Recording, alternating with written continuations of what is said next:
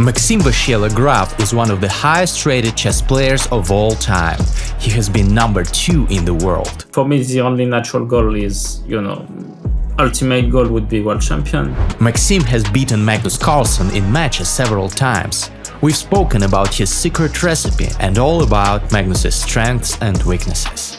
And I think the main explanation is that basically Magnus is... Recently, Maxim had a streak of 72 games in a row without losses. We've discussed that as well as the evolution of his attacking, risky style of play. At some point it becomes a bit of a problem, like when you have many games unbeaten, you lose this feeling of losing. Of course, we've discussed the Dean versus Gukesh match, cheating, and many other exciting topics. It means that we now have to fight for our lives. At the end, we've played a fascinating blitz game with sacrifices. Enjoy. Oh. Let's go. Yeah, I run.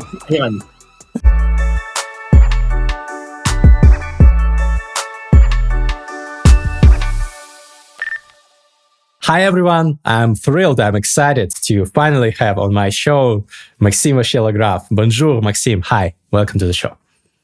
Hello Greg, nice to meet you. So I have lots of questions and I've also asked my audience, everybody was extremely excited about you because you are rightfully considered one of the most interesting chess players of this generation. I really like your style and we have many topics in the chess world that require discussion. But first Absolutely. of all, I wanted to say that I've been binge reading your blog on your website that you have, where you detail your journey in chess, where you analyze your games. Very interesting. I will link it in the description. And I wanted to ask you, what's your motivation for doing this? Because it definitely requires a lot of work. Yeah, it requires a lot of work, but most of the work is not from my side. That's a little secret. So that there's one person who works for me, who is also my agent. And because he has good background in as a journalist, we take the time after every tournament when we actually need to start an article discussing, let's say, some past tournaments, and we'll discuss it. So basically, for me, it's like I'm in a podcast.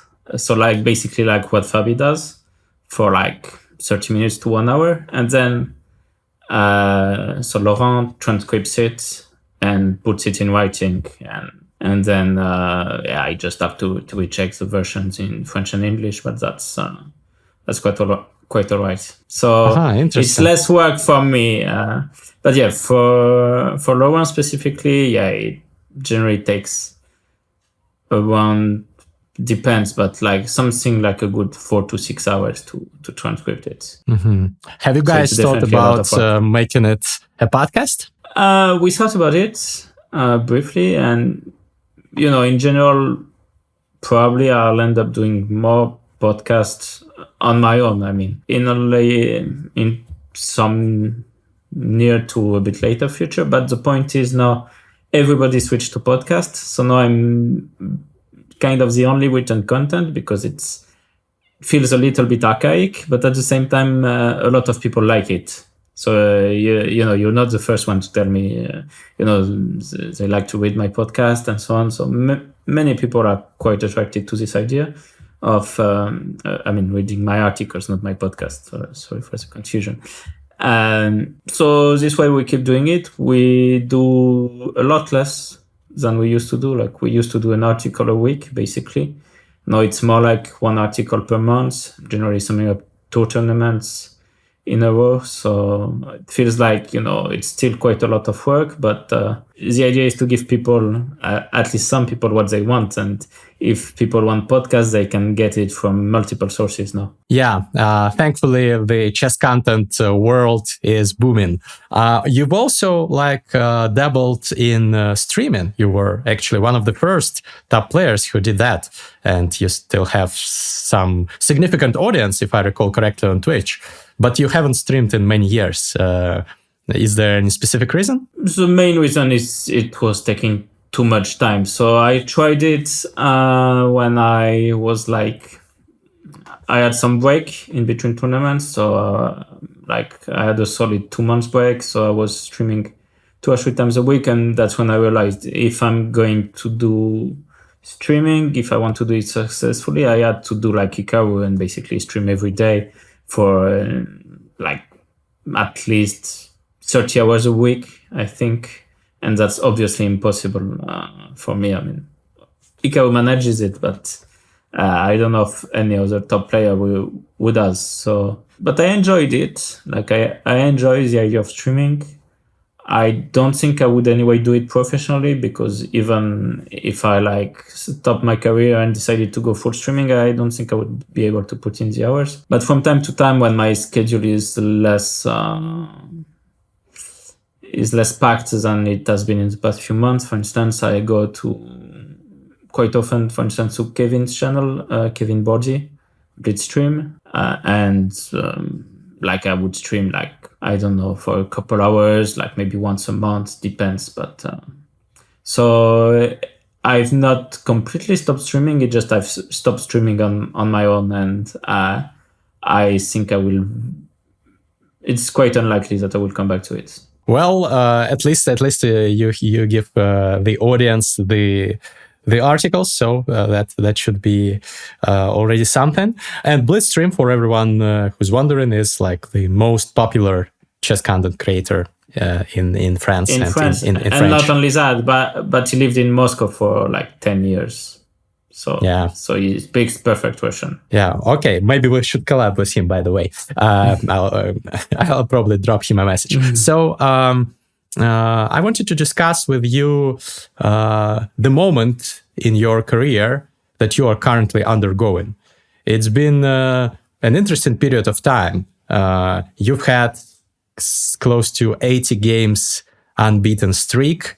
The latest tournament did not go your way, and you stopped this streak. But before that, it was very, very impressive. How would you like describe this streak, and whether you adapted your style or did something to deliberately to remain unbeaten as long as possible, because you are known to be a very attacking player, a very dynamic player, and to go 80 games without losing must require some more cautious approach. It was 72, but so first of all, attacking players who had unbeaten streaks, it exists, and like for instance, Stahl had 2 huge streaks, one of 90 games plus, but probably more towards the end or second part, at least, of his career, so where he was playing maybe more solidly, and what I've been doing. So also this time, like my openings,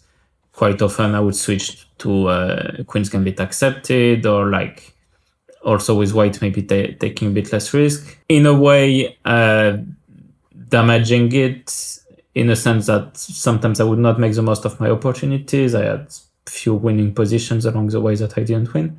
But of course, in general, I was playing very well.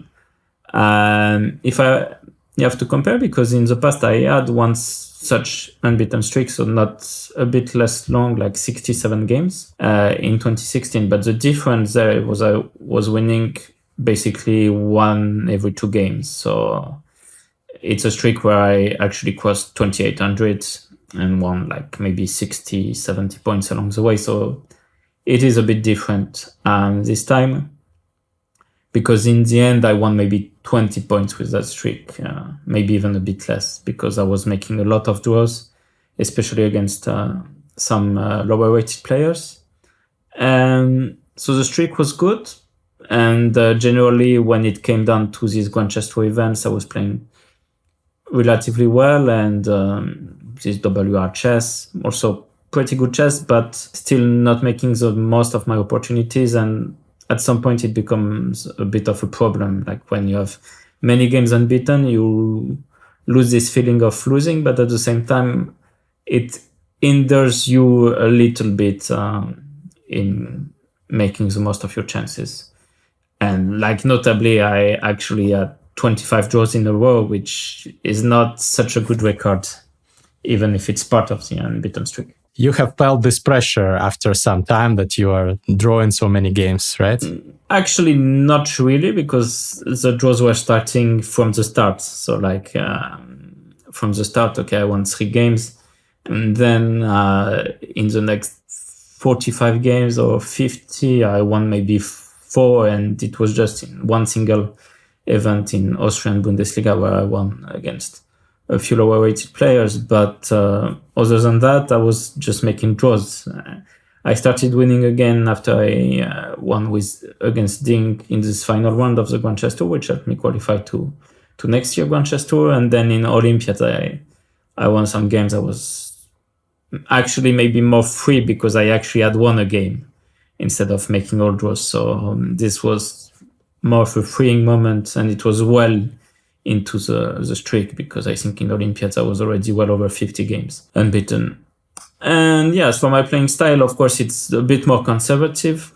So, I mean, I'm still a very dynamic player, but I would say that sometimes it happens that I stop the fight at an earlier point than I would have stopped like 10 years ago. So what does it mean? Simplifying to a draw, basically, or sometimes simplifying to a draw, or sometimes just choosing the lines that gives me a small lasting advantage instead of a huge fight. Stuff like that, stuff that you do when you're younger, and that comes more naturally when you're younger, and that's somehow with experience, and also with experience playing in top level tournaments where every sort of mistake is duly punished. You take a bit less risks, and it can create these situations. But of course, I still love dynamic chess. I mean, my very last game with Arjun showed that. So crazy game, yeah.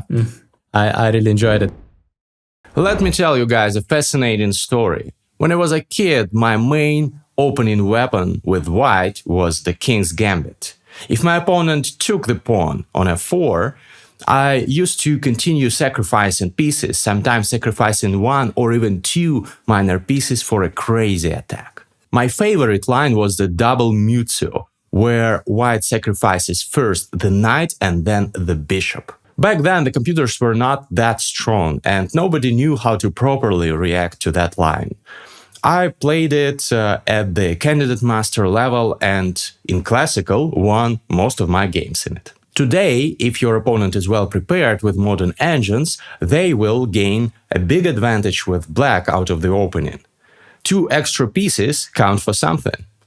However, I'm rated around 2300 both on chess.com and on Lichess, and even today, even strong players often don't know how to play against this line. On my level, online, white wins 53% of the time and loses just 42% of the time. If you are lower rated, then you most often will just crush your opponents out of the opening. The attack is too strong. So I sometimes still play this line in Blitz, online and offline, and I've decided to share it with you guys. You may know my partners, Chessbook, a great tool for learning openings. They show you the most important plans and ideas in any opening and show which lines people at your level are most likely to play, so that you can prepare better for these lines. They also have a ton of other awesome features, most of which are free. Guys from Chessbook have added the double Muzio as a ready-to-learn repertoire. Check it out using the link in the description. By the way, if we speak about Arjun, he is the proponent, well, seems to be, of the opposite approach. He is called the madman for a reason. He risks, he takes everything from the opening. Yes, it's normal. He's younger, and a lot of younger players are playing this way. I think about Nodibek, for instance. I think about Prague as well. Who's played some crazy openings, even in candidates. Mm-hmm. And I think about Param Maksudlu also playing a lot of distinct openings, and every time looking for a fight with every color. Arjun maybe took it a step further with some of his openings, for instance in Olympiad. But I think it's also because he was in such an odd streak and like basically winning every game, and it didn't matter the position he got. So for instance, against Vidit in Chennai, or in the Olympiad, he played some Scandinavian who after 10 moves is basically lost, but he just naturally won the game. And like it's quite impressive, but it's also because he was on such a hot streak that he was feeling so confident and basically insubmersible, I would say. And of course, a loss can derail that a bit. So we'll see how this goes, because he lost to Aravind, actually quite unnecessarily, but I mean, that's also part of his style. But yeah, by taking so many risks, at some point you get punished for it. And maybe it was not the right moment, because if he had made a draw, he would likely have won the Chennai tournament and also scored huge points for qualifying for FIDE circuit. And now Fabia has actually decent chances to come back in the circuit, depending on how he does in his next events. Yeah, it's a very, very close race. We will see. Yes. But coming back to the strategies, to the meta strategy of like adapting your playing style, playing tight or playing loose, seems like Arjun's strategy, at least for him, is paying off. He has risen in the rankings. When I interviewed him like a couple of months ago, he was like 30 points lower rated than he is now. He's now 2,800. So do you think that perhaps his case demonstrates that maybe long-term taking more risks is better for your rating, or is it just like one example that doesn't mean anything? Yeah, not necessarily, and we are talking about a huge talent, of course. Like there's one player from India that I had not discussed as taking that many risks. It's Gukesh, because he doesn't, and like he's much more conservative as a player. And well, I mean, of course, he's going to be challenger in like less than 2 weeks for the World Championship match, and his play is, I would say, more mature than Arjun. So there's like if I'm looking at the games, I'm more impressed by Gukesh play, which doesn't mean like Arjun is very, very tough opponent to play against. I just also played him in WRChess, where also a huge fight there. And while I say I'm more impressed by Gukesh, I also recognize myself a bit more in Arjun, in the sense of this taking every risk possible. That was part of my playing style maybe 10, 15 years ago. So yeah, like around the age that Arjun is now. But no, he will very likely play Grand Chess Tour. I mean, there's not official list or anything, but I don't see why he wouldn't play Grand Chess Tour next year. And that will be a test. Like then you play absolutely every top player in a row. You don't have I wouldn't say easier games, because there was no easy game in Chennai, and he won some very impressively, like by taking every risk against Vidit. Not against Vidit, he was just very, very lucky. But against Amin Tabatabaei, it was quite impressive, the amount of risk he was taking, as well as against Alexei Savana. And that's those 3 games he won. And like against me also, he was really pushing quite well. I mean, he's obviously a very impressive player. His strength is obviously close to 2,800, at least right now, considering the trick he has. Things can evolve in the chess world. And I mean, the question that everyone is waiting an answer to is, does he have to adapt to this tournament with only top players, with Fabi, with Wesley, with sometimes Magnus, even though he's taking a bit of a break from classical chess in general, with Hikaru, with basically everyone who's played very solid. So also there's one interesting component of strategy, and that applies to poker maybe even more, but I think that applies to chess as well. So when every one of your opponents is playing tight, you should play loose. But when everyone is playing loose, you should play tight. So now with this Grand Chess Tour, it's very interesting, because at some point everyone was just playing tight. Maybe last 2 years before this year. But this year we had a lot of new players coming in. We had Prague, we had Gukesh, we had Nodibek, and of course we have Alireza, but Alireza is already commonplace for top players. So what I mean is there was a mix of players playing loose and playing tight, and in the end, Fabiano is not a tight player, Alireza is not a tight player, and they won last 2 years Grandchess Tour because players were playing maybe tighter than they did. And when you play loose and you play well, then suddenly you have good chances of winning. So they've been dominant. But now next year there will be really a lot of loose players, and so the strategy might have to change a bit. And we'll see how Arjun adapts to that. But in general, I mean, I'm not worried about him. He is a top player. He will do well. I just wondering if he'll do well or if he'll do like he did in Olympiads, basically. Yeah, you've raised some very exciting topics. It's it remains to be seen how this style, if he continues to play like this. I'm playing the bold prediction game, and sometimes it goes wrong. we will see. We will see whether super GMs punish Arjun's recklessness or it works against them. And by tight players, you mean someone like Wesley, or who is tight in the Grandchess Tour? Okay, Wesley is definitely on the tighter side. I would include myself. I mean, I made the last 4 classical tournaments of Grandchess Tour. I won 2 games, I lost 1 so in total 35 games, because 1 game Duda was had some issue and had to withdraw from the tournament. So 3 decisive games in 35 is not a lot. So I would say on the tighter side. And also surprisingly, I think, Nodibek was not really playing tight, but I think Prague in a way was much more solid in Grandchess Tour in the classical events than, for instance, even in candidates where he was playing really loose. So I think, but of course in candidates you should play loose because only first place matters. So it's a bit different.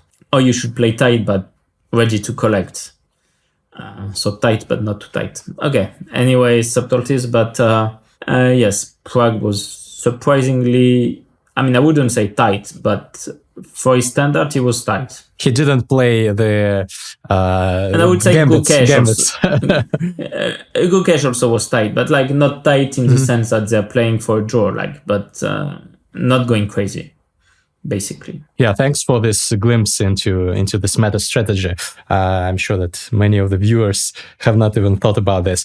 Let's talk about your trajectory currently. Even though you've lost a couple of games, before that you had even disregarding the draws, you had a period of gaining some rating points in the rankings, and many people, including, for example, Fabi, say he said in a recent episode of his podcast that you are on a roll, that your chess is now better, and that you are going to get back to top 10.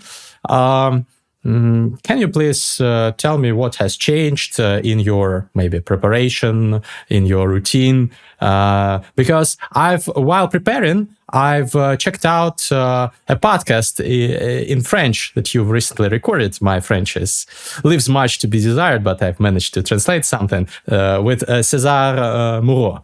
The podcast, yes, I'll link it in the description for all the French-speaking audience. And you said that you train at home for 2 to 3 hours per day. And I was surprised, how can this man train 2 to 3 hours per day and be so successful? Well, obviously during tournaments you train more, but is it enough, or maybe you've now upped your time invested in chess? 2 to 3 hours is the general routine.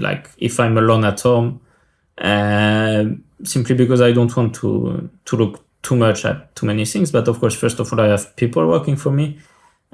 That's very good, so they send files and that I will recheck. And also during training camps, or of course during tournaments, because when I had this series of tournaments ongoing, you're non-stop looking at chess or doing chess. So, but yes, when I'm at home, I don't feel like working too much, especially on openings by myself. I mean, of course, I have to look at the games that are ongoing. This sort of stuff I don't count as hours working because, it's just something you do. You look at the openings and maybe sometimes it clicks and then I will look at some opening. But in general, the main changes was, of course, broadening my opening repertoire. And of course, it took time, but it worked out quite well. With Black, I have more options, more solid options as well. So, parts of that explains, it's part of the explanation for the unbeaten streak as well. Of course, the option to play Queen's Gambit accepted, or recently this d5 c5 that Hikaru was playing quite a lot, and also to not be stuck with only Najdorf because but sometimes randomizing things a bit. I played d4 e5 with Jan Nepomniachtchi in Sinquefield Cup as well. It was a big surprise for him, but it worked quite well.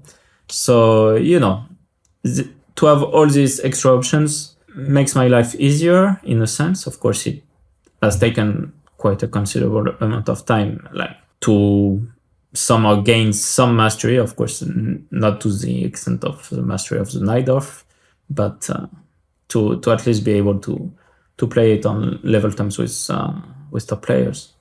And then of course we identified an issue with White, and because in a lot of games I was not putting pressure with White. Sometimes I did, but not nearly enough for top level chess. And this is what we were working on, and there are signs of improvement. So we'll see how it goes. But of course, the ambition, like in terms of level of play, of course, I feel like I belong to top 10. It will take time because I still have like 20 points to recover after I lost a few in Chennai. So, and because first half of the year is generally not very busy. So in 2025. So, but I feel like on this trajectory, and even counting Chennai, I'm on the right path. I've played better chess. There was also a moment where I was a bit exhausted from chess, I would say.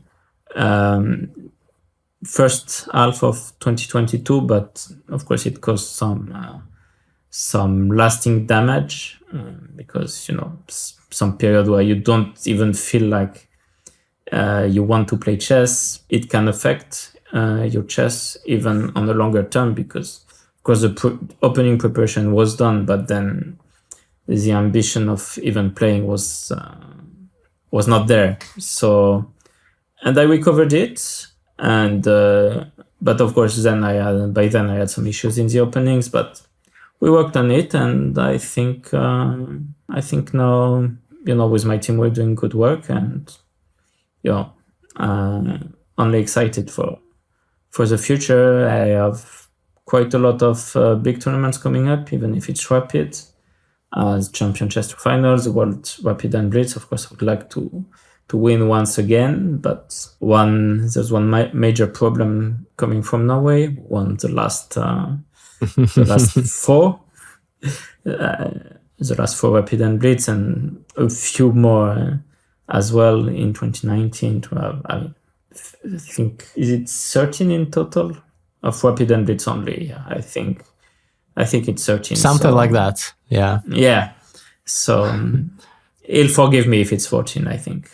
I don't need to know all the details about Magnus Carey. But anyway, I feel like last year I was playing very well. I finished 4th and 6th, I think. So this year hopefully I can do very well. And if things go my way, why not win one? And we'll think about Classical in due time when season starts back in 2025. Generally second half, everything packed. And now it will be Grand Chess Tour. It will be of course World Cup and the FIDE Grand Swiss with the qualification spot for candidates at stake. There's also the FIDE circuit. So depending on how I do, I will have also to include maybe some open tournaments. But this we'll see in due time. Thank you for sharing this. And yes, of course, you have shown many times that you are able to compete and to beat Magnus, including your legendary matches with him in all those chess.com's tournaments. I think we'll discuss him a little bit later. But first of all, I wanted to ask about 2022, because it seems like after the after COVID and after this period, a number of players had some bad results, had some slump in terms of rating. For example, Fabi also told me similar things. You say that you didn't want to play chess. Was it connected to your result in the candidates, or what was the reason? I think it was mostly I put in a lot of efforts before the FIDE Grand Prix in 2022 to try to qualify for the candidates. I didn't manage. Also, I think the World Cup before, I had lost to Karyakin in a huge match that ended in some very serious tiebreak. Yeah, the feeling of being close but no cigar, and of course, 2017, 2019, I was also super close from every side to qualify for candidates, and I didn't. Although then in 2020 I had 10 more spots after he withdrew. By losing again qualification for candidates, I was a bit pissed, a bit exhausted as well, and I was also lacking the clear motivation of what to do. So, I mean, I took quite a serious break in terms of working on chess, because I remember that even in the next tournament, like for instance in Romania, I think I think I won the tournament. Yes, the Grand Chess Tour in Bucharest in 2022 after I won against Alireza in the final round, and then managed to win in the tiebreaks incoming. But basically, the first day that I worked in this tournament was the last one, exactly against Alireza, simply because I realized I could win the tournament. But before that, I was not eager to play chess. And of course, with this mentality, so there was this accident, this happy accident. But other than that, I was not doing well. And then, maybe finding, of course, I changed my coach. I stopped working with Etienne a few months later, changed my coach. And of course, also because I was feeling like I do want to keep on doing things right. And of course, I had the vision that in 2023, it was still another chance to try to qualify to candidates. So, and I should take as many chances as I can, because, well, even if there's been a lot of, close scores and disappointments, I still should fight every time to give my best and hope that one time it works out. And because I feel like, if I don't give my everything for this, then I will regret it. So, some people will say, but you say if you don't give your everything and you work only 2-3 hours a day when you're at home. But I just know, and I mean, in the past, I've sometimes worked 6 to 8 hours a day at home, and I just couldn't sustain it. I just couldn't do it. It wouldn't bring results because I would not enjoy it. I would not enjoy the process. So for me, this is what works. I know that for, some younger kids, they can work 8-10 hours a day. And of course, they gain an advantage over me, in the work they do at home, but somehow I compensate, and I physically cannot do more than this 3 hours per day. But anyway, also that's why I have a good team that, fills the holes, and things were working out in terms of openings. So of course, learning new things also helps. After having been for 10 years working on the same Najdorf, Grunfeld, and Berlin lines. And also the thing is, when you work on an opening for so long, for so many times, sometimes you lose the plot. So sometimes, because basically I've looked at every possible position, and sometimes some things you look at 2 years ago compared to some new stuff you decide to play 3 months before, then you forget what you want to play, and it really becomes, knowing too much sometimes is an issue. Wow, I think this would be an inspirational example for all of our viewers and listeners who stick to their openings, that even if Maxim Vachier-Lagrave can switch from the Najdorf and Grunfeld to other openings, and you can also. Yeah, but not only that, it became necessary, of course, with engines. So with engines becoming so strong, I would say up until basically Lila, I would say you could keep to one opening because nobody could be able to actually close it out. But now what they were doing against my Najdorf, so either they were doing a memory test, and if I fail, I lose. If I don't fail, I make a draw. So that's not very fun. Or, some lines they basically analyzed until the end. And for instance, and when I say until the end, it's not until the middle game advantage, because there I could compensate, and I had tons of games I think of games with Anish, I think of game with Fabi, where I was worse entering the middle game, and, because I understood the Najdorf positions very well, I would manage to find my own way and sometimes even win these games. Of course, a few times losing, but at least I'd have winning chances.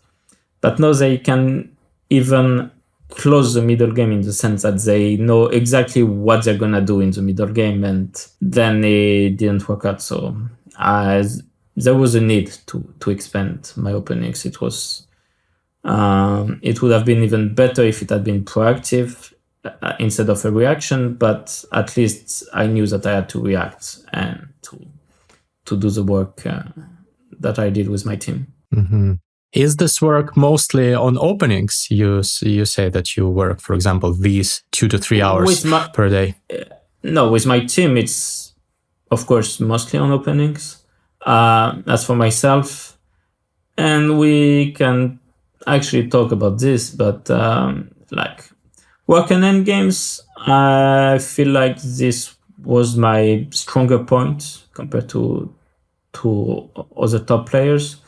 So I don't feel the need to work on it. I do feel the need compared to 10 years ago to work on my calculation quite a lot, because I feel like that's sometimes my weak point, simply because of a lack of consistency. And I also feel like the younger generation calculates a lot more than we were used to as top players before.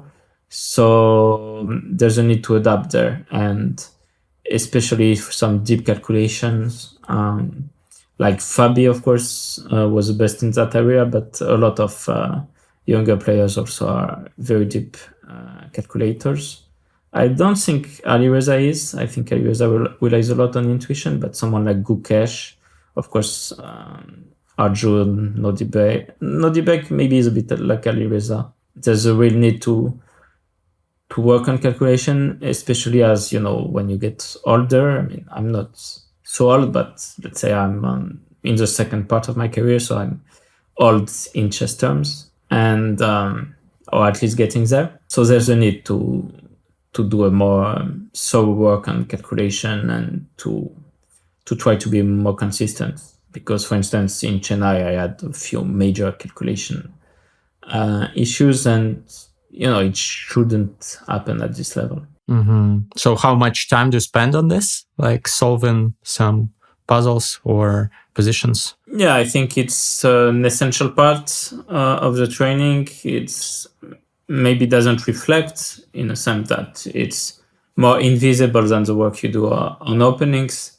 But like 10 years ago, I didn't need to do the calculation training so much. But now I feel like I'm less consistent in my calculations, in my variations, and sometimes struggling a bit. So it has become sort of a weak point at times, and I was not known for that. I was known for having very good calculation, But I would say that's the case, especially in Blitz and Rapid, where, some fast, tricky lines, but some deep calculations.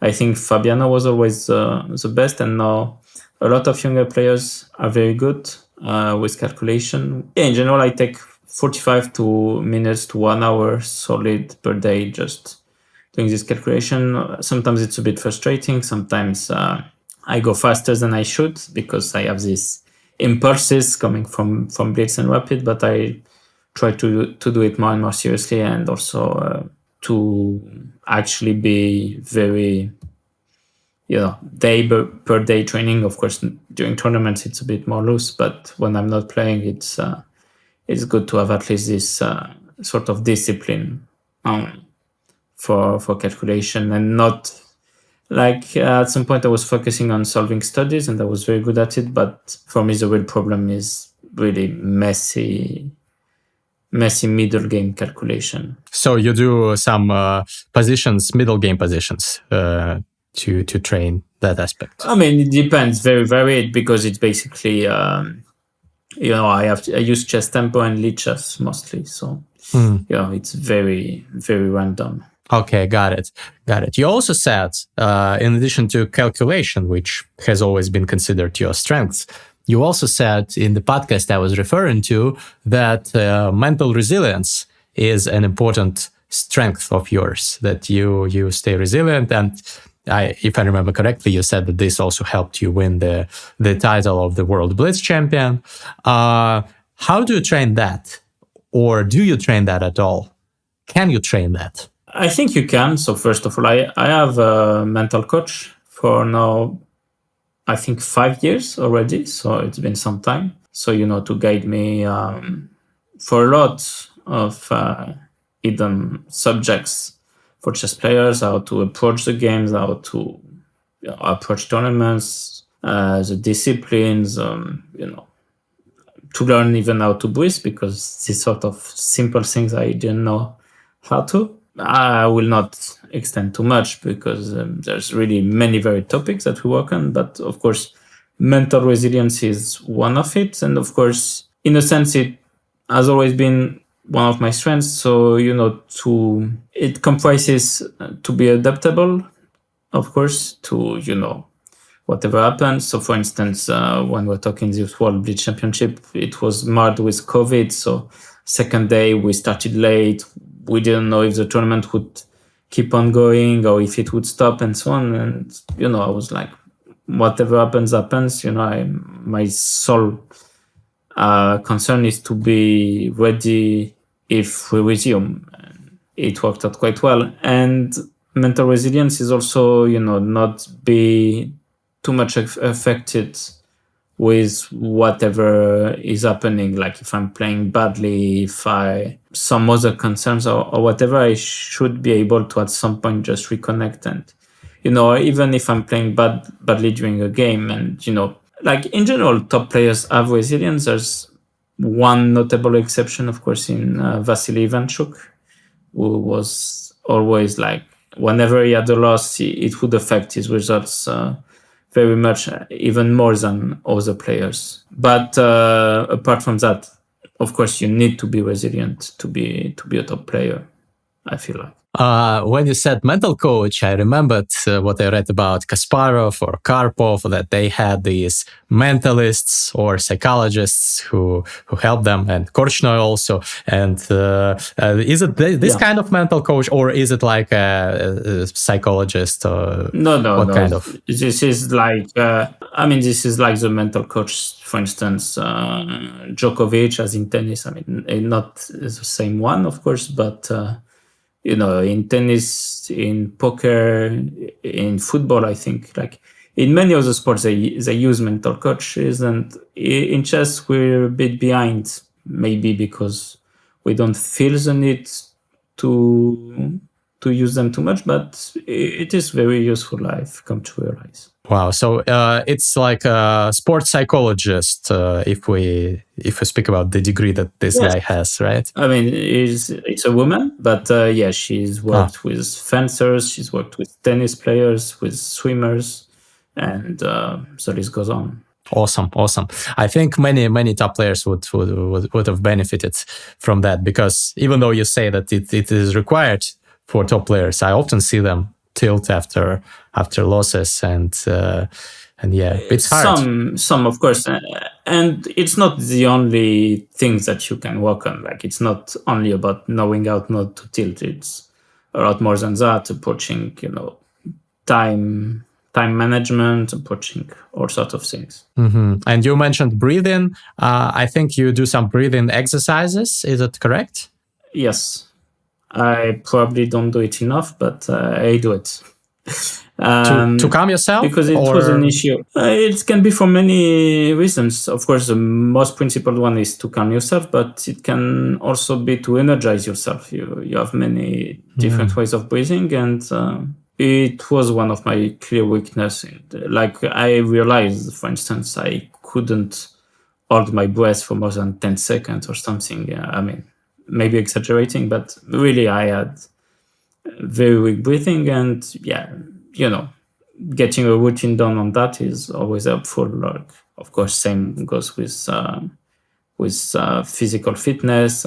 Same goes with training, chess calculation. Like, everything has to be a routine, and to be done basically every day to bring results. Speaking of results, you mentioned that you believe that you belong in top 10, and you are slowly but surely making your way back there. What's the end goal? Do you have the ultimate goal in chess? For example, some players say they want to become the world chess champion in classical. Others say they want to dethrone Magnus as the world number one in ratings. What's your goal? Well, I mean, I guess for me, the only natural goal is, ultimate goal would be world champion, because, I have been number 2 in the world. I don't think I'm getting back to 2800 anytime soon. So,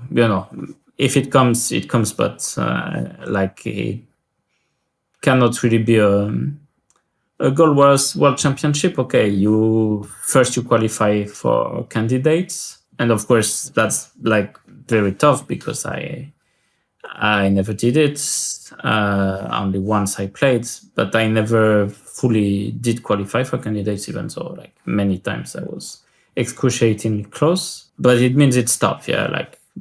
And now you have 15, 20 players who can easily say they want to qualify for candidates, and there's only 8 spots. So, mathematically, some people are going to be left out. Then you have to win the candidates, and it's obviously not easy. Jan managed it twice in a row, but that was, and in a way was quite close to achieving it 3 times in a row, which actually would have been an incredibly impressive achievement. Comparable, I think, for instance, to Magnus winning the last 4 Rapid and Blitz. Mm-hmm.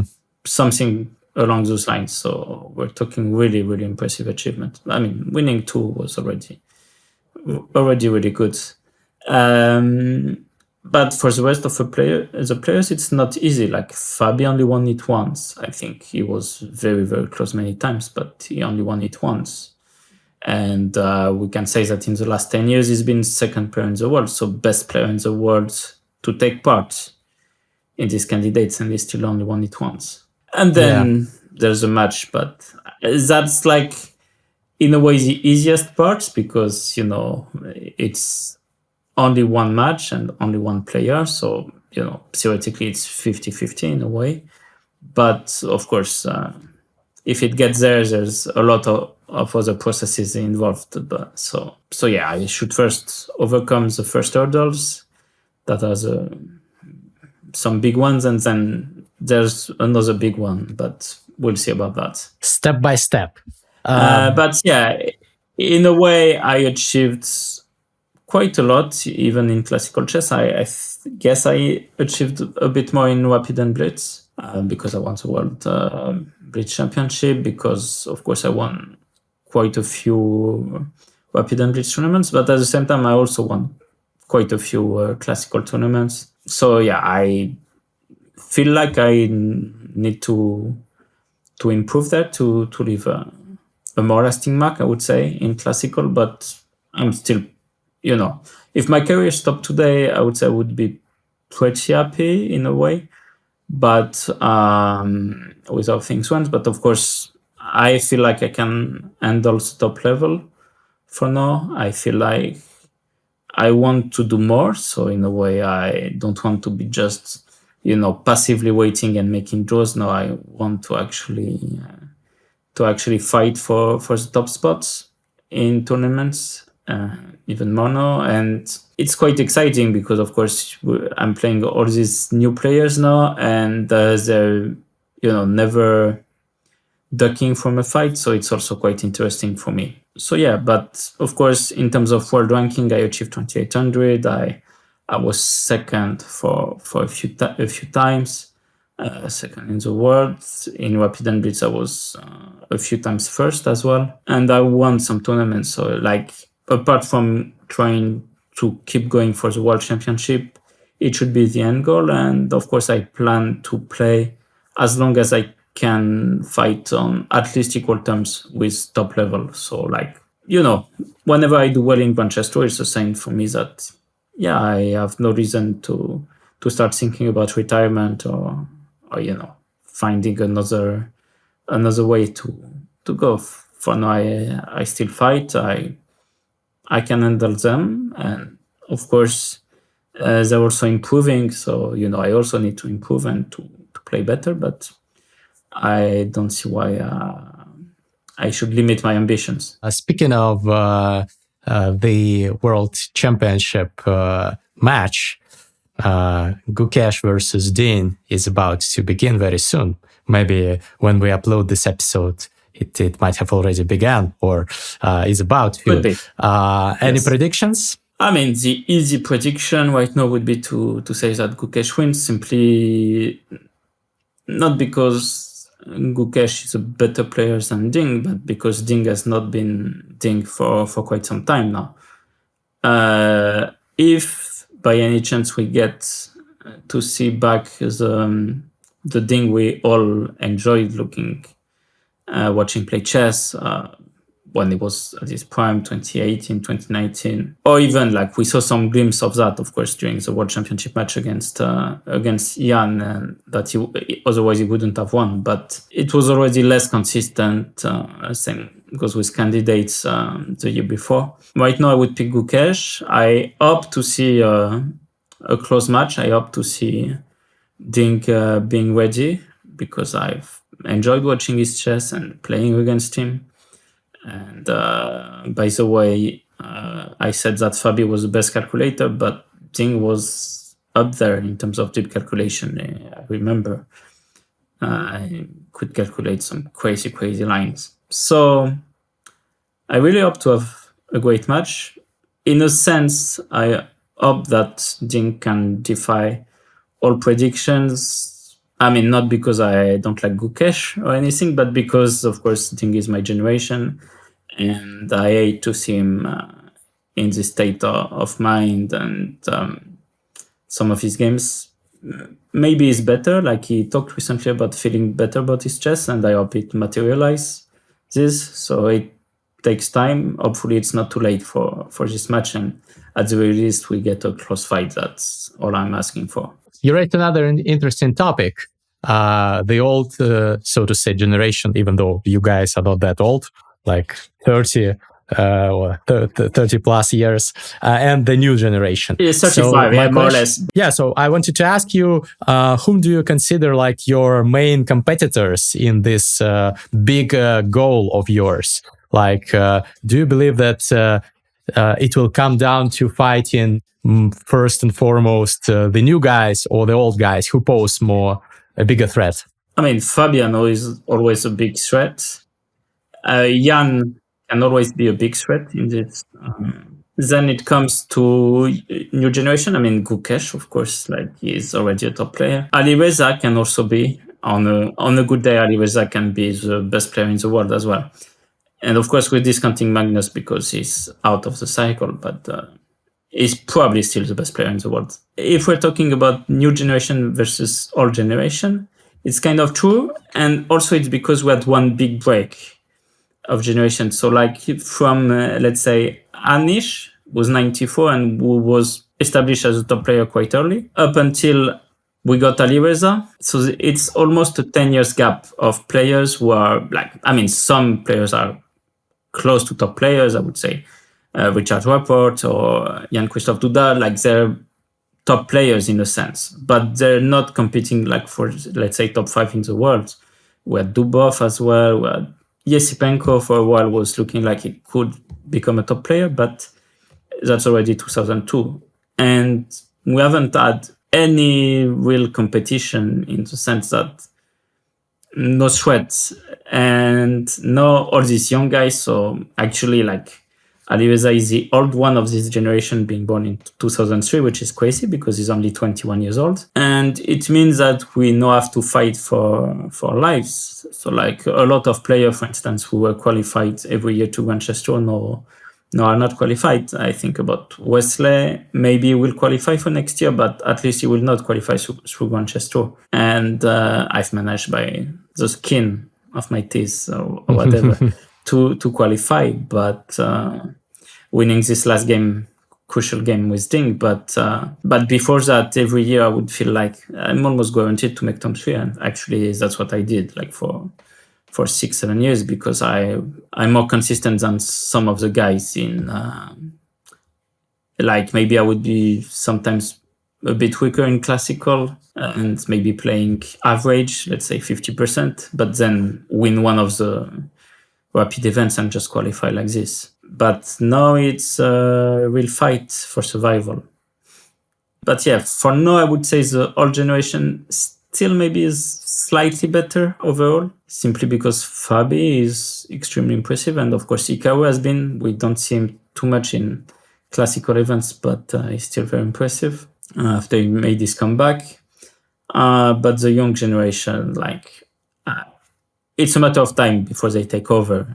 That's clear. I would say the moment they will start to be really dominant, if I had to make a prediction, would be in 2027. But we'll see. So still 3 more years to dominate for you guys. Yeah, I mean, that's my intuition. Yeah. Mm-hmm. Mm-hmm. Yeah, we will see. But right now, it's already not a clear dominance. Like right now, it's levels are shared, let's say. But in a few years, it might not be the case anymore. When we came to the top, the old guys were still fighting. Like we had Vladimir, we had Veselin, we had Levon was a bit young in between, but and of course Vichy. So 3 guys, well, of course, were all top class, world champions or whatever. So top of the best. But even Michael Adams was fighting, and like they were maintaining ratings between 2750 or 2800. So maybe I'm a bit pessimistic when I say 3 years. Maybe we have until 2030. Who knows? Okay, well, it's definitely an exciting era, the change of the guards, and yeah, we'll see how resilient your generation will turn out to be. We spoke a little bit about Magnus. I wanted to touch upon that topic as well, because you seem to be maybe the only player who consistently beats him in matches in recent times. Well, Alireza is maybe the second example that comes to mind. What's your secret recipe? Why do all other top players struggle so much against Magnus, and you don't? Well, first of all, I struggle in classical, and it's quite important to note that, because there's an explanation, I think. And I think the main explanation is that basically Magnus is better than everyone in almost every, topic in terms of chess, and especially when it comes to rapid chess, because he has been so dominant, and his feel for the game is unparalleled. He can place his pieces right every time. And the one thing that I think I'm better at him at is quite important for rapid chess is, this succession of small tactics. And for this, basically Hikaru is also extremely good at this, and actually he also has put some problems at some periods of time to Magnus in these rapid events as well. And in this Speed Chess Championship, he also won once in the final, or generally very close matches. So basically, this ability to spot these small tactics, these small fast tactics, and to reverse the situation from sometimes difficult positions, and and also another thing is I'm not afraid to defend the worst positions. A lot of players would collapse against Magnus, but I have many examples, even in classical, there's that where I'm up and down in the end game, and somehow I find the ways to generate just enough counterplay and make a draw. I mean, I've seen this scenario happen many times against Magnus. And also because my openings choices with this Grunfeld and Najdorf are quite annoying for him as well. So all this made it like more likely for upsets on my side.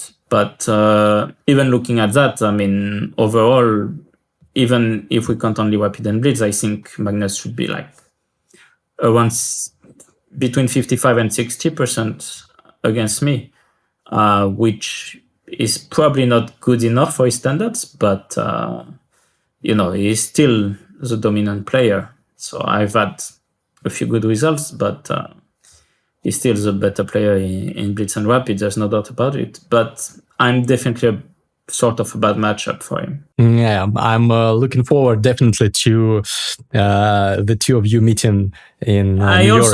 I also look forward to.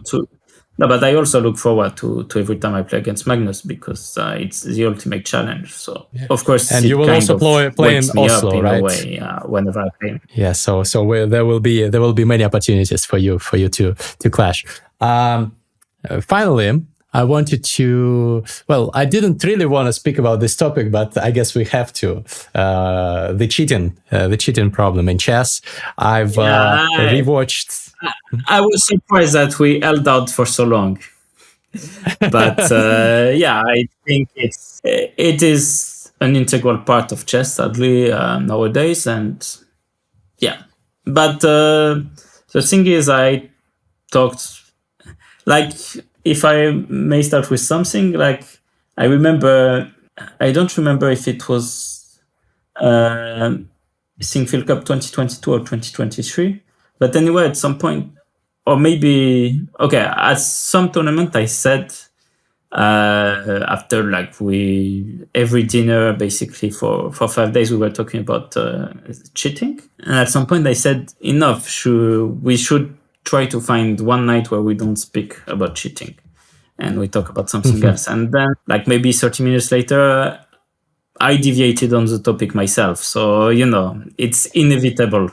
Even with the best intentions, you cannot not talk about cheating. Yeah, unfortunately, these days it's like that. I remember I rewatched your episode with Fabian Christian, C Squared, before this recording of ours. And I saw that you indicated the number of cheaters in Title Tuesdays as 30%, which is quite a high number, even by most players' standards. It was an estimation, of course, and but also I think there's many factors here. So, of course, if you're a cheater, you're not gonna cheat in every game, far from it, because otherwise you're getting caught. Even if you cheat one game out of two, you're getting caught. So we're talking about players who will cheat maybe one game per tournament, or maybe even less. And of course, when I say one game, it would be moments, because this is the sort of cheating that, of course, will take more time for chess.com to understand and to catch, and because they are catching some guys and even some top guys. So, of course, I've talked with Chess.com, and, we had this question, for instance, I remember I was thinking in a way and we talked with Chess.com about the idea of that we run some test games and to see what the algorithm would detect. If in training games with another top player, we start cheating at some moments, and we would see what the algorithm would find suspicious. But not only it's difficult to put in place, but then, didn't feel very right, and it is time consuming as well. But of course, it would be one of the solutions to realize what's going on. But in the end, we didn't do it. I know that Fabiano was not comfortable at all with the idea. I was a bit more, but I wouldn't want to do it with someone I don't trust 100%. Simply because I think we can also use that to our advantage if we decided to cheat later on and knowing more about the algorithm. So it's a difficult topic, cheating online, but in general, what is there to do? And I said 20 to 30% cheaters in Title Tuesday. I think I'm right because, in many tournaments I've played, I have not played recently because I didn't need to, because I was playing so much that I didn't need the training. But I remember there were many games I was not feeling comfortable. So last few times I played, at least 1 or 2 games per tournament, I wouldn't feel comfortable. So if I don't feel comfortable, it means basically 15 to 20% chance a guy cheats in that game. In the end, there's a good chance that there are many players cheating from time to time. Of course, it's also hard to judge because the level in Blitz improved significantly in general. Also thanks to Title Tuesday, because players start playing against top players every week and they improve as a result. It's normal. So, what is normal and what is not normal is sometimes the border is hard to catch, and but first of all, this is clear. And also, I don't want to talk about any player in particular because, of course, we saw, we also Vladimir recent accusation with Dania, and I don't want to elaborate on that because to try to catch one player itself, it's almost impossible. So I just look at it as a collective, and this is why 20 to 30% is huge. So for every individual player, there's a chance, there's not a chance. Okay, it doesn't matter as long as we don't have the technology to actually catch 100% every individual case, which looks impossible in the near future. Yeah, it's sad. Maybe the AI will help us with that. But I really liked the fact that you are not overconfident. I wanted to say that you even though you say sometimes you don't you don't feel that everything is okay during the game, you feel suspicions. You say it's 15 to 20% the guy is cheating. So you are not saying 100% the cheater. Everything is understood. No, it's impossible to be overconfident, but it's possible to be confident in the fact that there is a significant number of people cheating because everyone agrees on this. So, But of course, if a player was cheating every game, he would already be banned. This is clear. Even you also wanted to respond to AI to cheat every game to AI. Okay, there's for all that Vladimir has said recently, I think there's one interesting part, mostly. Because cherry picking moves gets a bit annoying. I can also cherry pick moves of myself, which could probably be suspicious. If you play 10,000 games, one move will feel unnatural. Sometimes it's played for the wrong reasons as well. Okay, you're gonna have, but the eye movement, if you have solid technology that works, could actually be something. This may be one way towards a solution, but of course it would need to be very, very, very controlled and thoroughly checked. But it could work. But of course, in Title Tuesday, you don't have cameras, so and you don't want to implement cameras for Title Tuesdays because it's technologically too annoying for players who just want to have a good time. There's some money involved, but it's not that much. So Champion Chess Tour, we need cameras. Title Tuesday, we don't. Or maybe we do for the players who are, let's say, suspicious. That's Chess.com policies on this. So, tracking eye movement could be a start to something. But yeah, then the question is if the cheaters could adapt and just have something to cheat that doesn't require a tool to move their eyes. Okay, that's another story. But, at least that's the only takeaway I had from the recent interactions. I didn't watch too much because at some point, I get fed up talking about cheating. And also, actually, I had a long talk with Vladimir and Kevin on cheating in chess early in February. And it was an interesting talk. But yeah, we disagree on the fundamentality that you cannot directly accuse one specific player. And especially you cannot ban him. You can accuse, publicly is already a borderline, but you can accuse, but in a sense should be done privately. And before banning, there should be many measures taken, unless you're 100% sure. But when it comes to online chess, you cannot be. Yeah. And finally, I wanted to ask you a classical question already of this podcast. Where would you put yourself on a scale from 0 to 100 in terms of your optimism or pessimism towards the cheating problem? If 100 is a guy like Kramnik who is convinced that very, very, very many people are cheating, and 0 is a person who believes that there are no cheaters at all and there's not a problem. I would say around 70, because first of all, I view online cheating as a problem. This is for sure. But there's already a lot being done, a lot that you cannot really change. And, in the end, it's not what matters the most. And it, fully well that when you play online, there's a chance your opponent is cheating because it's always technologically going to be possible and not really risky for the guy unless he starts cheating every game. So that's one thing. And of course, Chess.com algorithm catches some guys. So it's not completely safe, but we have to rely on the good faith of our opponents. And, the good thing is many players I'm absolutely convinced about their good faith. Some I'm less convinced, but okay, you need to play in the state of mind that, everyone's playing fair and whatever happens, happens. When it comes to over the board, so recently there's been some cases of things looking a bit dodgy or whatever. Again, you cannot take it.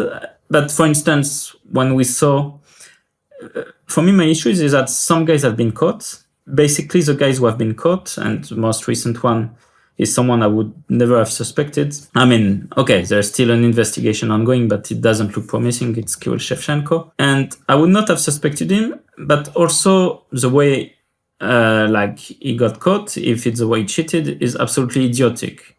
Of course you're gonna get caught, but there are ways to cheat that would require a bit more technological processes, but that are completely available and that would be less risky. And I feel like you cannot catch 100% of the cheaters, but for me it feels like we're catching 0% because in a way we're catching only the obvious ones. And there must be some, I don't believe you can have caught 100% of the guys. That's not possible in any sport. If you caught the obvious guys, it means you have not caught any of the, sophisticated guys. And that's an issue for the future if we don't solve it.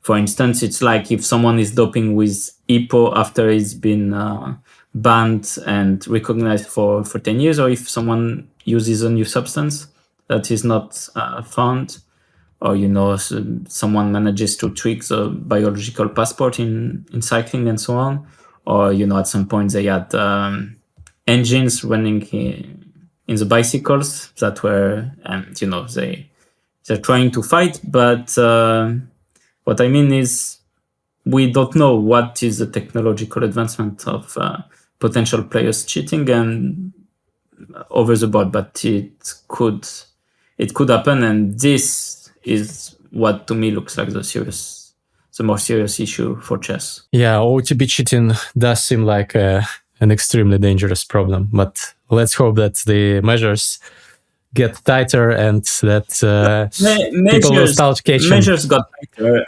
and it does bring dividends. You feel like the podcast delay now became completely normal. Before that, the organizers didn't like it, understandably, but it's just necessary.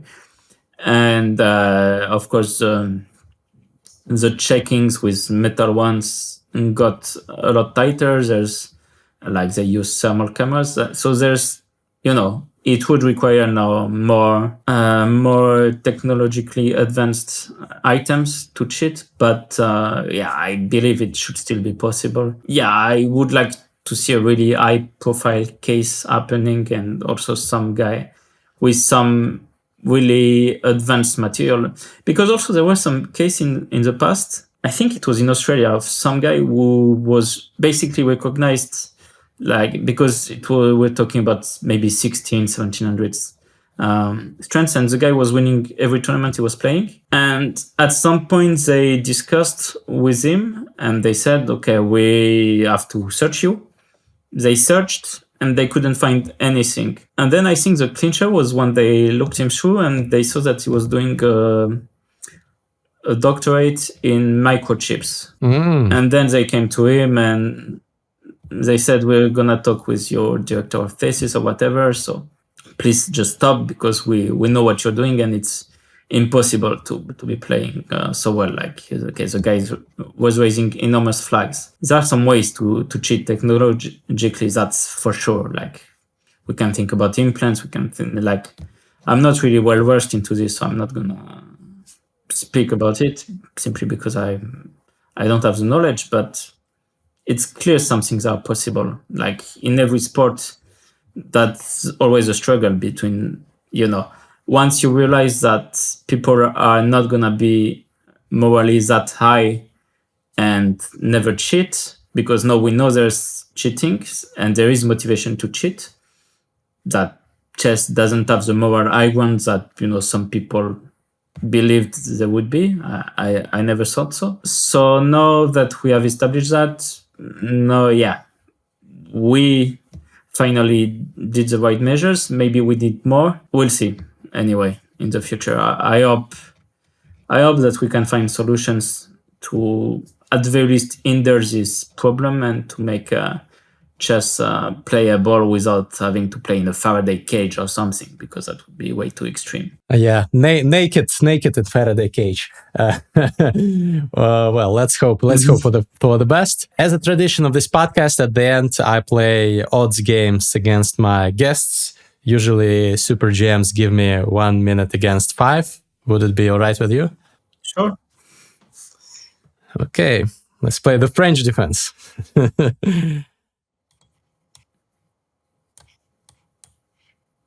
Yeah. Okay.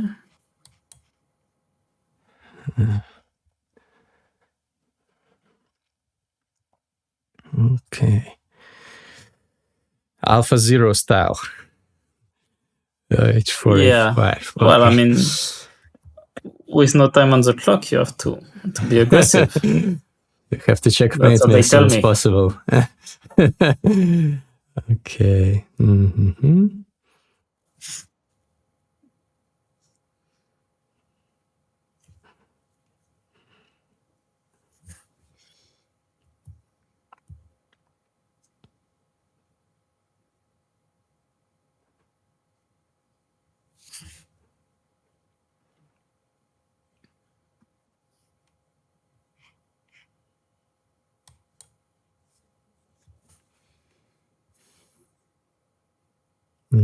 Mm-hmm.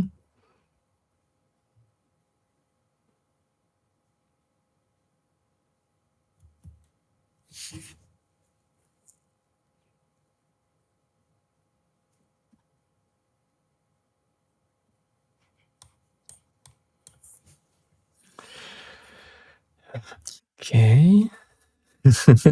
Some interesting. In 3 checks, I would be in big trouble. Oh. Let's go. Yeah, I run. Try to catch me. Okay.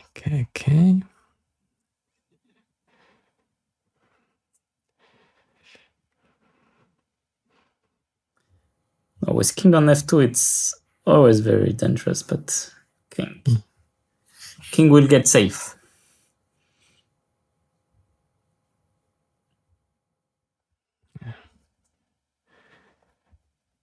Okay.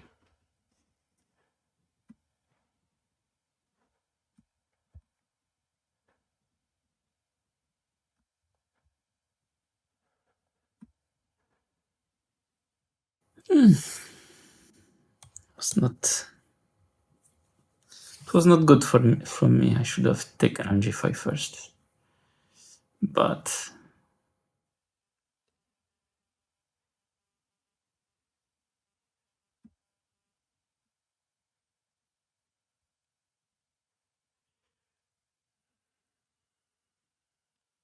Okay. Mm-hmm.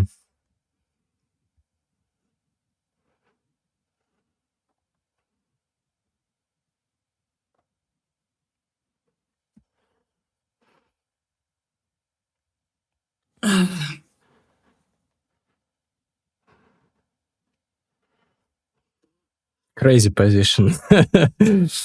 Okay. yes, I didn't play bullet for too long, so it's tough.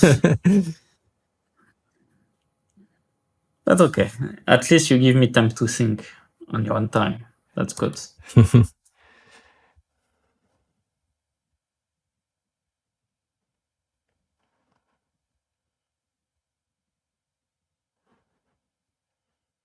And I guess some of my center is not collapsing. Like you cannot push your pawns as easily. Mm-hmm. Yeah.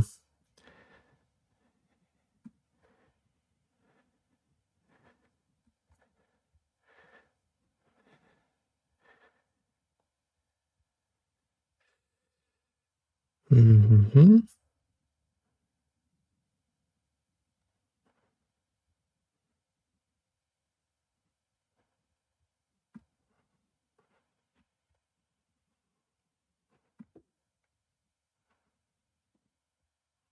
Okay, guess I misplayed this. Mhm. No, but it was not easy. Like this sort of position, you cannot.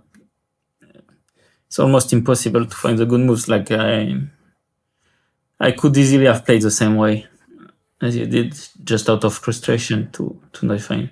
Probably I would exchange queens if I were you, like to try to keep the center, because no, actually the fact that there are queens is going to help me because my king is so good. No, but okay, I can exchange if I win pawns, I can exchange.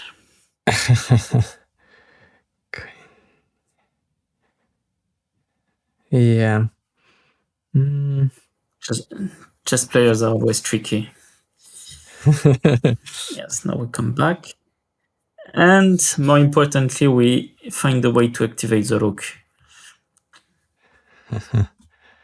Yeah. Rook lift. Yes. Suddenly it became the most active piece in the game. Yeah. Oh. Okay.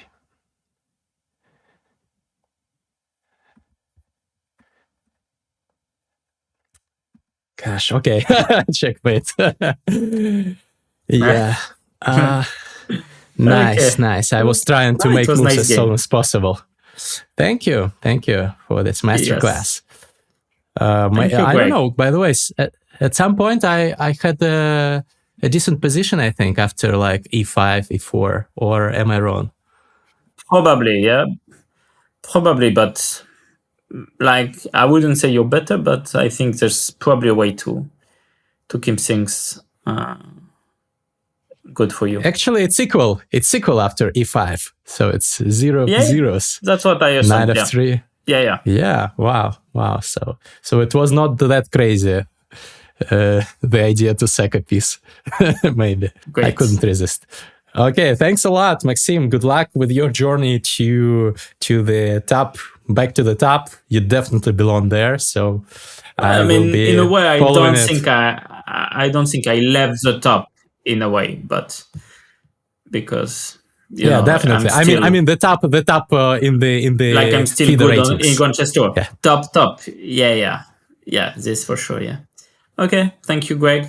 Thank you, guys. Please write comments if you like the episode and any feedback of yours. I love reading comments. And do not forget to check out Maxim's blog. I will link it in the description. See you in the next one. Bye-bye. Bye.